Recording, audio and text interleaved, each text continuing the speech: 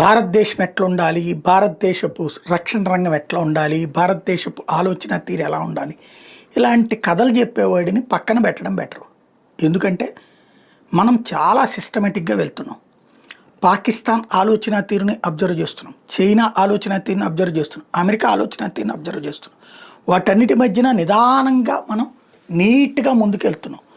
$5 trillion economy వైపుకి పరుగులు పెడుతున్నాం. మనం ఇప్పటికీ 4వ స్థానంలో ఉన్నాం, 3వ స్థానానికి దగ్గరలో ఉన్నాం. రక్షణ రంగం విషయంలో బాధ్యతగా ఆలోచిస్తున్నాం, అలాగే మ్యానుఫ్యాక్చరింగ్ సెక్టార్ విషయంలో బాధ్యతగా ఆలోచిస్తున్నాం, అలాగే గనుల తవ్వకాల విషయంలో బాధ్యతగా ఆలోచిస్తున్నాం. ప్రజలకి మేలు చేస్తూ ప్రజల నెత్తిన రుద్దకుండా ముందుకు వెళ్తున్నాం. ఇట్లాంటి మనం ఎలా ఉండాలో సోరోస్ గ్యాంగ్ చెప్పే మాటల్ని బేస్ చేసుకుని కథలు చెప్పే మన దేశపు ప్రాంతీయ పార్టీలు లేదా మన దేశపు జాతీయ పార్టీల యొక్క